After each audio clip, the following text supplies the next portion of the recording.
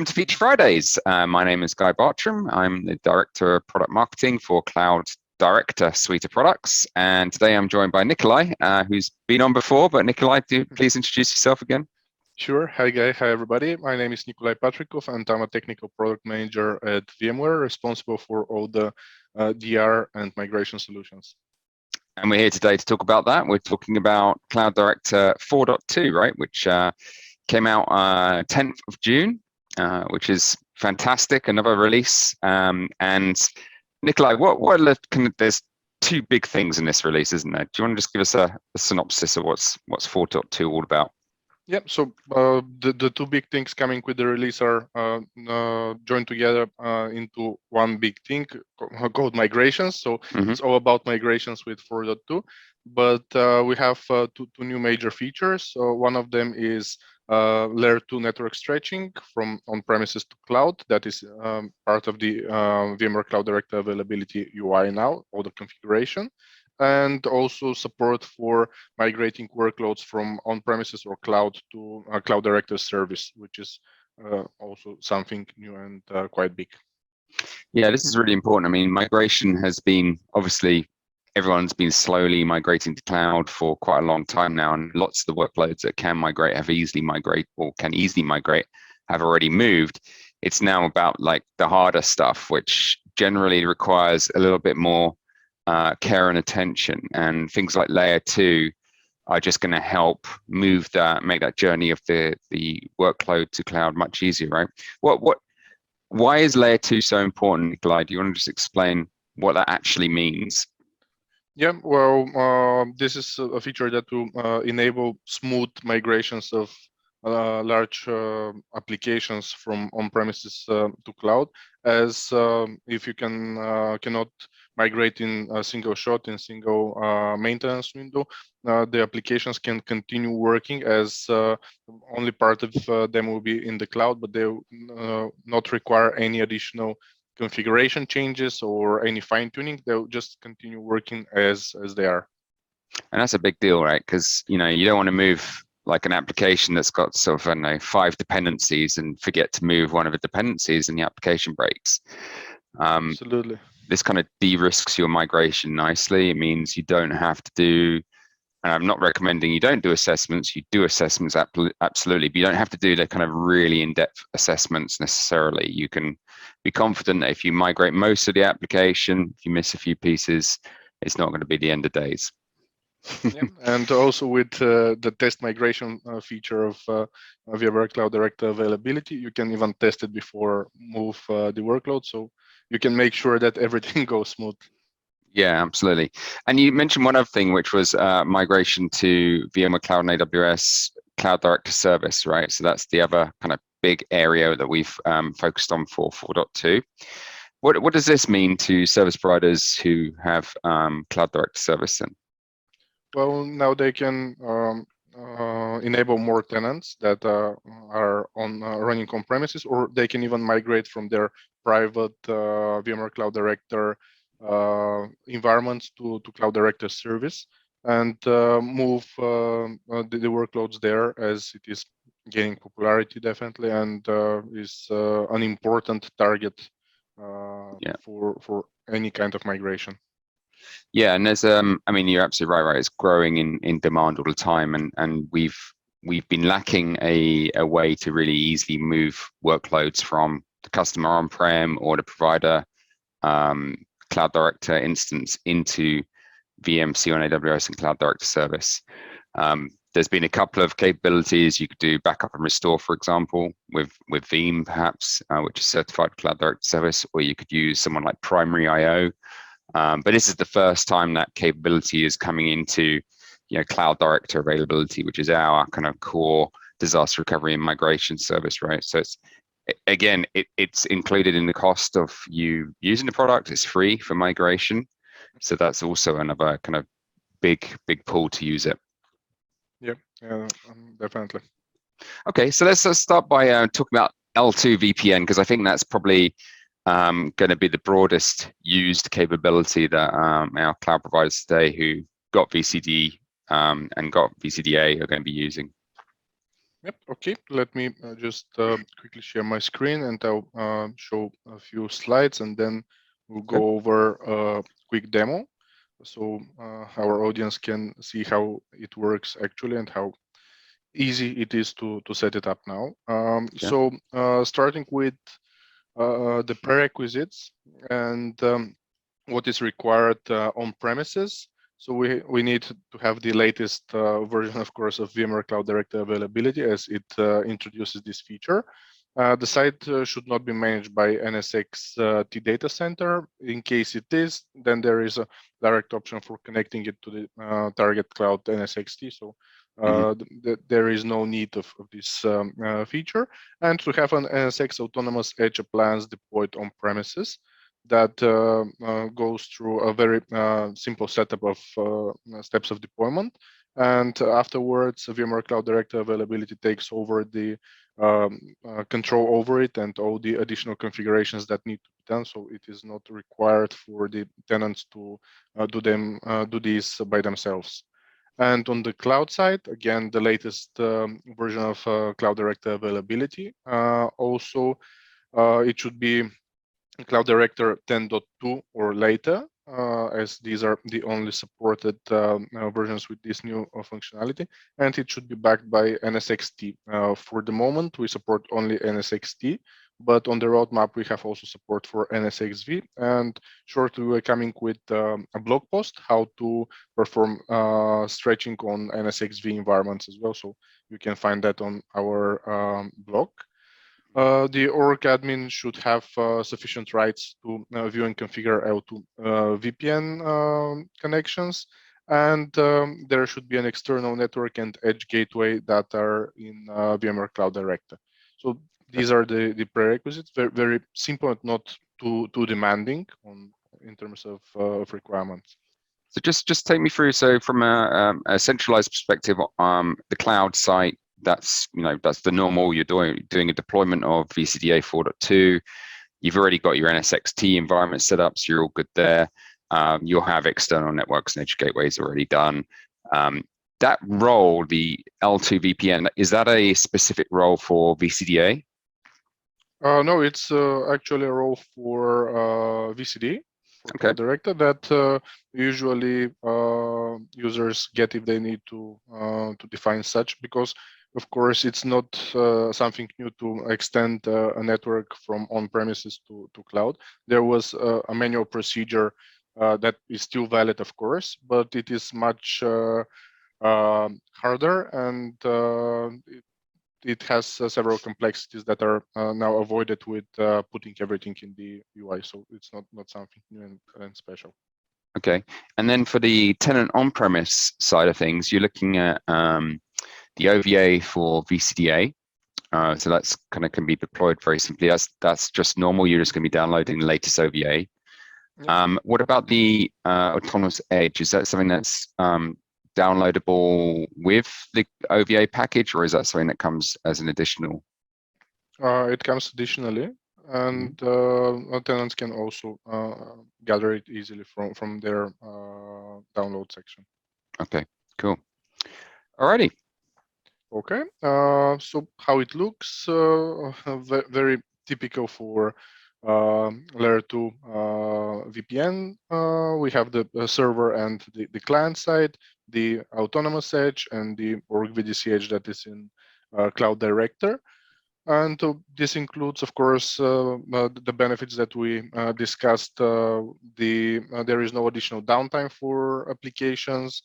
You can see the status of the VPN, and everything is centralized in a single UI, so everything goes there, and you can monitor if it's here or not. And it is easier for configuration, as you don't jump through different UIs, and you don't need different people and different roles in the process. Everything can be done by a single admin user. And I guess it's important to kind of look at the L2 VPN running over IPsec, so it can go over the internet nice and securely. That's all kind of part of the automation and configuration. But it's important to note that this L2 configuration can only be done in Cloud Director Availability, right? In the plugin that we provide. It's not something that's available to VCD. And also that L2 tunnel can only be used for replication data by Cloud Director Availability. That's correct, isn't it? Yeah, that's correct. And there's no timeline on how long you can leave it up and down for. It could be up for months if you wanted to. That's all, not limited at all. Is that right? Yep, that's right as well. Okay. Cool. Okay. So the first part is configuring the server session, and as you can see, this can be done into NSX TUI directly, but it is put into a single UI in the provider view of Cloud Director Availability, where you put all the settings, and it even gives a great hint here for the local address. You can see the range with available addresses that you can use for specifying the local address, which is great as the Cloud Director Availability has several verifications in order to make it easy and successful for the tenants to extend their network. So it gives this hint as well. And you put all the typical settings like local and remote address. Then the remote address is provided to the tenant as it is part of creating the client VPN session. We have the pre-shared key that is also defined here and then can be provisioned to the tenant, the tunnel interface, and which server networks will be used. Depending on the Cloud Director version, the latest Cloud Director, you can select multiple networks, and with 10.2, you can select just one per server session, but you can define as many server and client sessions as you need. So this is not a real limitation. Do you need, I think I'm right in saying you need another autonomous edge for an extra session, is that correct? Yeah. You would need additional edges for extra sessions. So that's quite nice, that little information box, because typically information boxes are static and they'll just display, the typical text. But am I right in what you said that the Cloud Director Availability is going off and getting the IP ranges that are available to be used and putting them dynamically into this description? Yep. Yeah, exactly. That's cool. I've never seen that before. That's nice. Me neither. So I was also impressed. Yeah, that's a nice little feature. Yeah. Okay, and the on-premises steps that need to be taken. First, deploy the autonomous edge with basic settings. You don't need to configure all the network adapters and stuff. Then you register it in the Cloud Director Availability on-premises appliance. That in it you specify the vCenter, and Cloud Director Availability discovers the autonomous edges deployed into this vCenter. Then you configure the networks and create the session. So everything is in these four simple steps without jumping through different UIs and making it really complex procedure. Nice. Okay, can we have a little rundown of it? Oh, yeah, there we go. Yeah, so let me just share. I have a recorded demo that I want to present. Okay. Perfect. So this is setting up the server VPN session. We go to the new screen, L2 VPN sessions, that is available for both provider and on-premises appliances. And this is the vSphere. Sorry, this is the on-prem UI, right? We're looking at now. No, this is the provider, the cloud UI. Oh, it's the cloud site. Okay. Yeah. Here we are logged in as org admin. So as org admin, we will see only our VDC and edge gateways that are available. If we are logged in as root, we will see all of them, so we can define for each of the organizations. Mm-hmm. And here we just create a new session. We put a name on it, provide the local address, again with the range that we have been talking about with the available IPs within this range. We specify also the remote address afterwards. and it will be later distributed to the tenant, the pre-shared key, and the network that we'll be using on server side.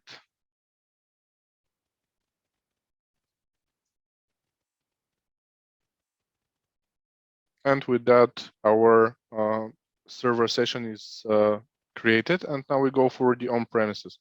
I won't show the deployment as it is a standard deployment of an OVA for the autonomous edge. But then this is the UI of the on-premises appliance, again with the L2 stretch. And here we have two screens, one for the autonomous edges that are registered and one for the L2 VPN sessions. We start with registering a new autonomous edge, give it a name, specify the vCenter, which is where this on-premises appliance is running in this case. And here we can see a list of the available autonomous edges there. So we just select it. It takes the management address and the username directly from it, and we only need to specify the password for this admin user. And after we provide the correct password, we click register, and the autonomous edge is registered to Cloud Director Availability, which now switches the control to this UI. We don't need even to log into the autonomous edge to perform any operation. So now here is how we configure the networks. We select the autonomous edge, pick the network. We cannot change the management network, because if we select the wrong one, we can lose connectivity to it. So this is why this is unavailable as an option. We select the trunk network and an uplink network, which is the one that will be used to connecting to the cloud. So it should have external access. So the VLAN trunk network, that's the one you're going to be spanning across to the other side, stretching across, that's right, yep. And after that, we configure the uplink port. Here is where we provide the remote IP that we already specified during the server session creation. If there is a VLAN ID, we put it here. If not, we leave it with the default value 0. And if needed, we change the MTU gateway settings, which in this case are not needed. And we just click apply. Within a few seconds, everything is configured. We see status OK on the right side. So if there is any problem with any of the settings, it will be indicated. This is what we mentioned by monitoring the status. And with that, the configuration is done, and we can just switch to creating the L2 VPN session on premises. So we select the second screen. We can see which autonomous edge we are using for this session. We can switch between the different autonomous edges from here, if we have multiple, of course, and just create a new session. Now we need to authenticate with the org admin user that we already have from Cloud Director. Select the VDC and Edge Gateway. And here we see now all the available server sessions that we have under server session. In my case, it's called demo. We just need to give a name of this L2 client session. We have the addresses local and remote already pre-populated, and we select which network we're going to use on the cloud side and extend. And with that, everything is ready. So the network is stretched once this wizard finishes, and we see status OK. Nice and easy. Wow. Yeah, yeah.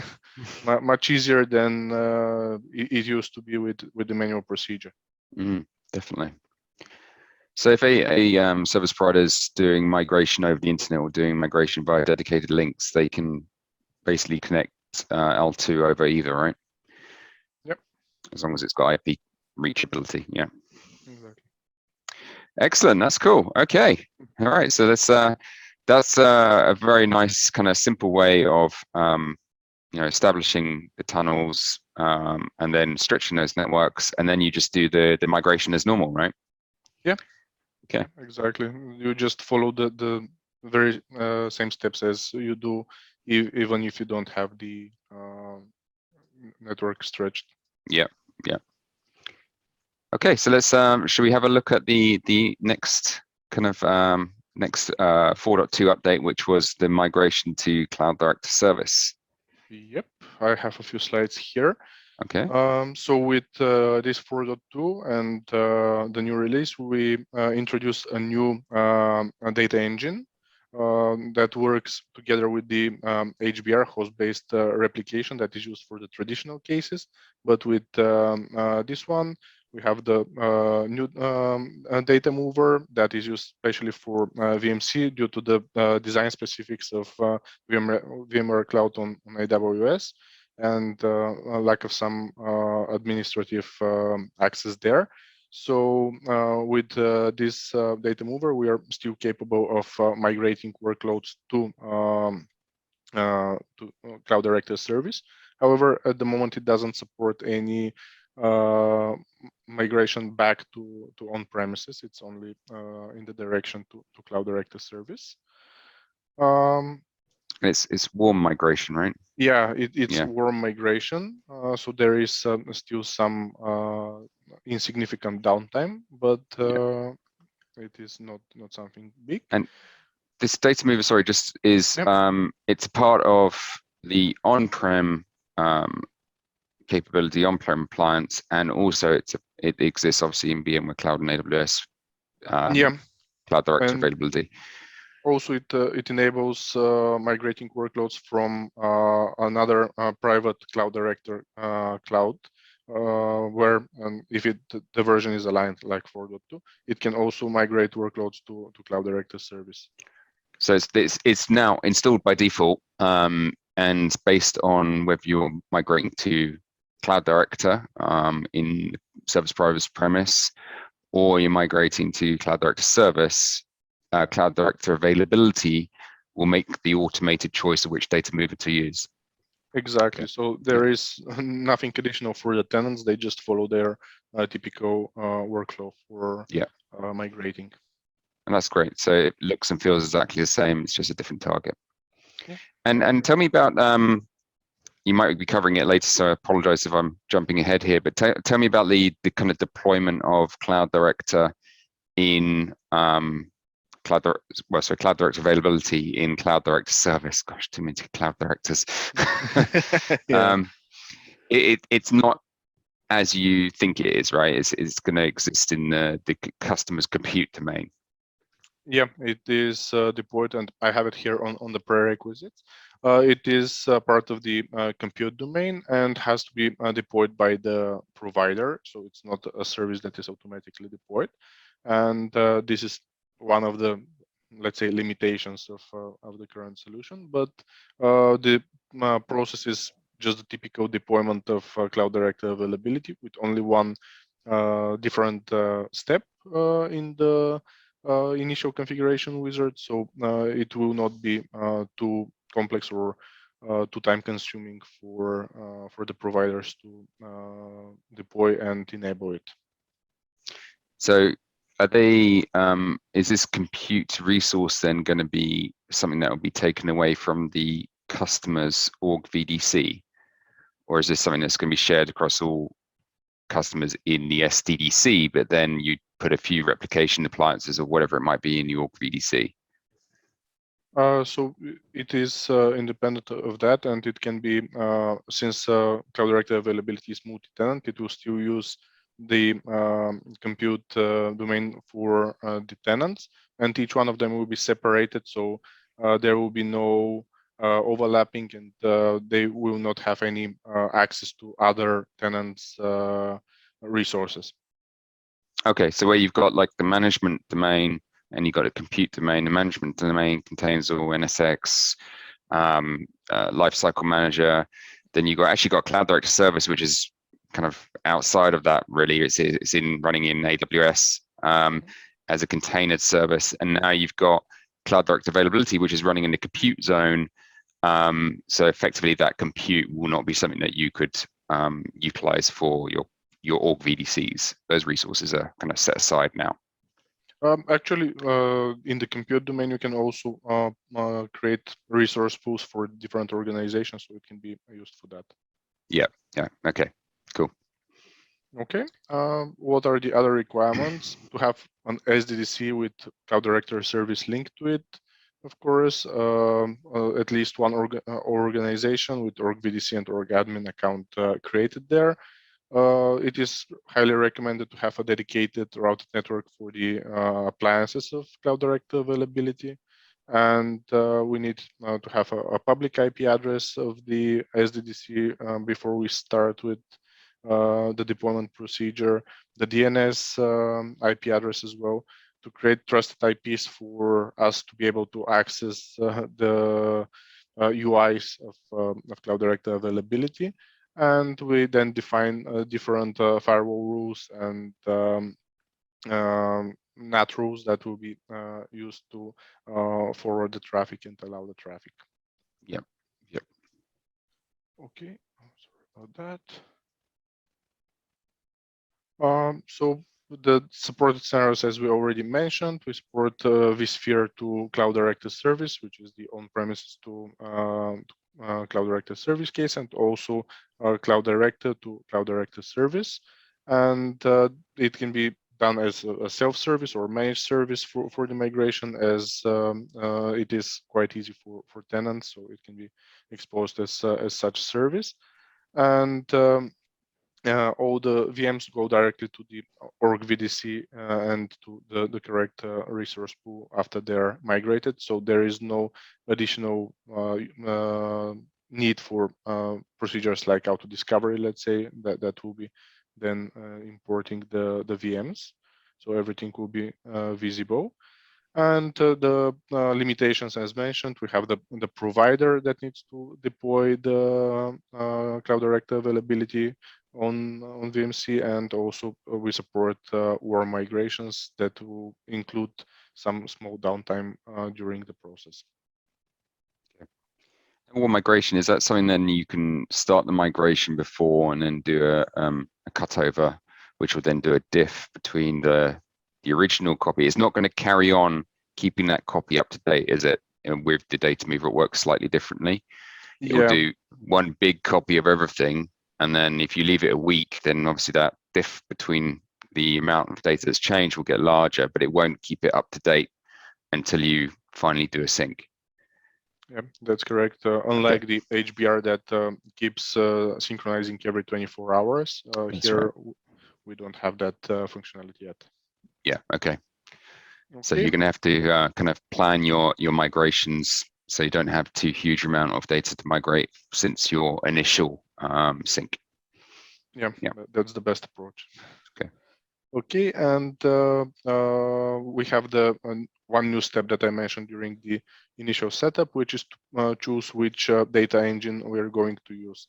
For the deployment on VMC, we need to select only the VMC option, so it will enable the VMC data engine. And for existing private clouds where we have the Cloud Director, we can select both to be active, which will allow providers to keep getting workloads from their existing on-premises tenants to their private cloud, and also publish and move some of these workloads then to VMC if needed. So both engines can coexist, which will guarantee that there will be no negative impact on the already defined migrations and DR. Yeah, got it. Okay, and now let's do a quick demo. Okay, so the tricky part here is actually the configuration of VMC and all the services, groups, and firewall rules that we need to define. All this is well described in a white paper and also in a video that we just recently published, so you can use it as a reference. And I'll quickly go over the basic steps here, so I can introduce you to these steps.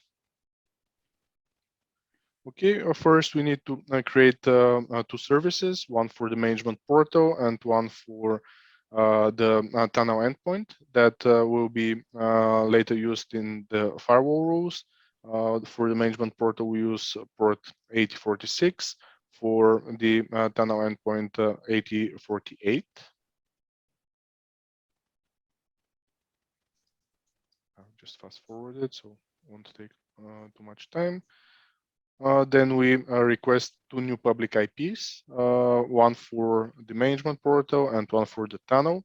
And when we talk about the management portal, we need this only for the initial setup. So afterwards, we can disable the access to it as it's not required. And we have the UI available in the Cloud Director Service UI as part of the Cloud Director Availability plugin. So it is not something that should stay forever, and providers can just exclude it afterwards. We define a few groups, one with the IP addresses of the appliances, so we can enable the communication between the different Cloud Director Availability appliances. And when we talk about them, it is the same set of appliances. We haven't changed anything. It is Cloud Replication Manager, Replicator, and Tunnel, the three appliances that are already recognized with the older versions of Cloud Director Availability.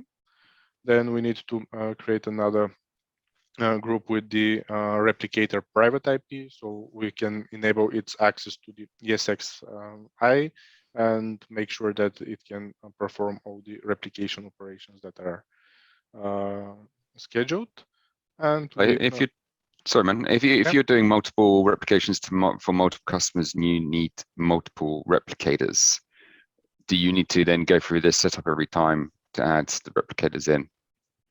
Yeah, or you can just, if they're in the same network, you can just add all of them, all the IPs at once, as we added the different component IPs. So okay, it can be simplified by that. Yep. Okay. Okay, then we create the firewall rules, which will be used for the appliances, for the replicator connecting to the ESX, and for making the UI available, so allowing access to the UI. And I'll just fast forward that with the firewall rules. And we have the last step, which is the NAT rules, where we put the one rule for the management portal that we said we can later remove, and one for the tunnel endpoint that should be present all the time. The specific for the tunnel is that we prefer to use the 443 external port that will point to the internal 8048 as a security recommendation. And with that, sorry. So just to re-emphasize that it's not layer 2, right? This is just SSL. Yeah. Yeah. Okay. So with that, the VMC settings are configured, and we are ready to start the deployment of the appliances. As mentioned, the deployment process is pretty simple. Here we have our VMC UI with all the resource pools and all the different org VDCs. We start with deploying the OVA file. It is for all the components. Again, we don't recommend using the combined appliance for production, only for testing and for proof of concept. So we deploy each appliance separately. And take a while. We select which appliance we want to deploy. It should be always deployed on the workload data store, as we don't have access to the vSAN data store, and to avoid any problems, we deploy to the workload data store. Select the network, the dedicated network, or any other routed network that is meant to be used by Cloud Director Availability. Again, putting the root password as with the typical setup. Enable or not enable the SSH, NTP server, hostname, the IP address that is part of the network that we selected, also the gateway. And here is the DNS that is the SDDC DNS server. This is that we mentioned in the prerequisites that we need to have this IP address before we start the deployment. We select the domain, and with that, the deployment of our appliances is ready.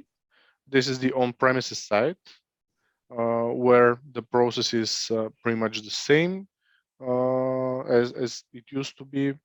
We just go over the steps of the wizard, nothing specific here.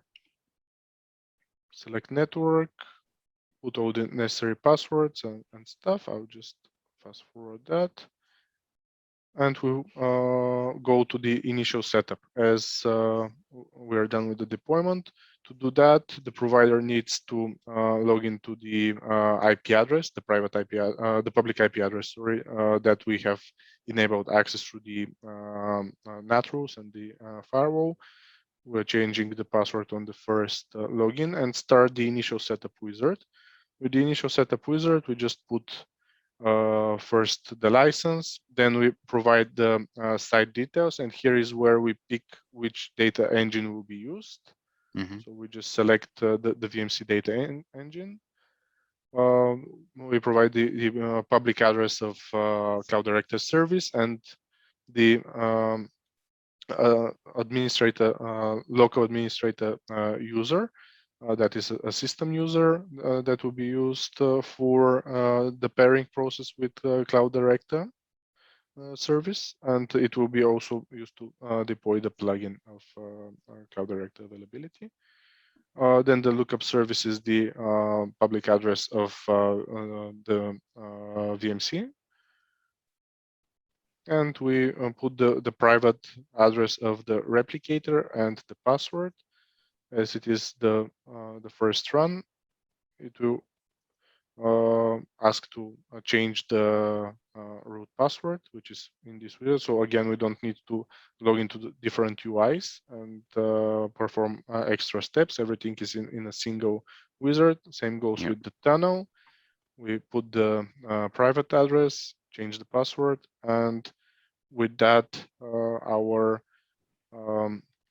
Cloud Director Availability is already attached to the Cloud Director service, and this makes it available for tenants to start migrating their workloads.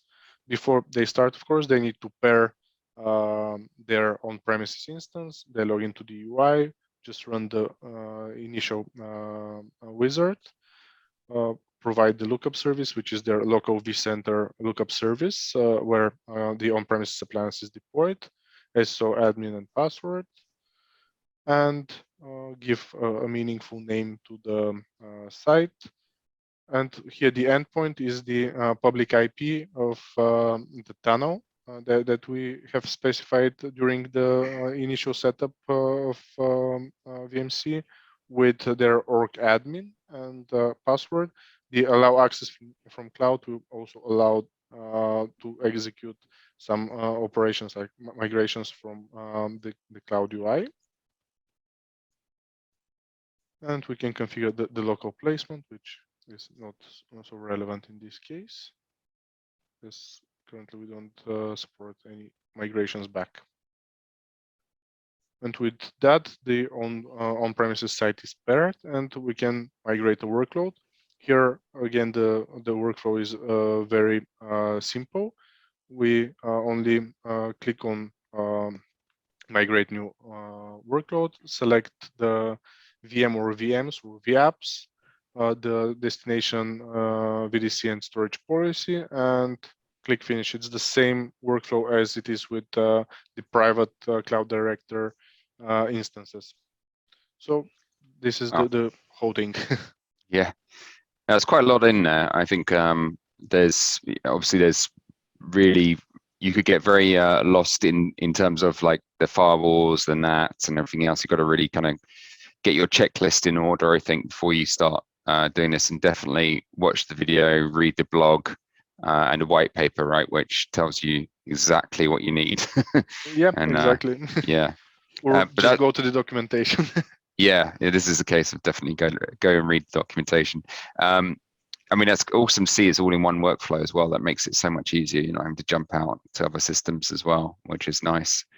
So just on that, on the deployment options there in cloud, you had the ability to deploy the new H4DM data mover, and you had the original HDM replication engine. It wouldn't do anything if you did the wrong one, right? It would just, Yeah. you can deploy it, but it won't work. Yeah, and you can always switch it through the UI after you have configured the appliances to run. You can always change it through the UI. So even if you forget or just skip this part of the wizard, you can always do it afterwards. Yeah. So it's just really important for, I think, people to realize that, we couldn't do this migration to Cloud Director Service, VMware Cloud and AWS before, because of the, quite rightly, right, the permissions that are allowed to us for privilege controls at the host layer on VMC. And this is why we had to write this new H4DM data mover, which is, taking care of everything we can do within the permissions that we're allowed to have on VMware Cloud. Okay, Nikolai, thank you very much for showing that. Anything else to add to the 4.2 update before we close for the day? Nope, I think we covered the main things. So thank you for giving me a chance to show it, and looking forward to publishing more content. Yeah, absolutely. Brilliant. Listen, thank you so much. I'm sure this is going to be, I know the layer 2 VPN has been a big ask from lots of people who have had to do this manually over the years. It is often a big delay because you're often talking to different teams, typically networking teams, etc. So it often takes a longer time. This is going to make things a lot easier and a lot smoother. And like we said at the beginning, NSXT is the initial 4.2 release, but there is support coming for NSXV for those providers who are still not transferred to NSXV. We don't want to kind of stop them from being able to use migration functionality until they do transfer to NSXT. But obviously, in that scenario, get yourself an NSXT as fast as you can. Download the new 1.2.1 NSXT migration tool and assessment tool, and start understanding how to do that. Nikolai, thank you so much for your time today. Really appreciate it. And I'll speak to you soon. Thanks a lot. Thank you, Guy.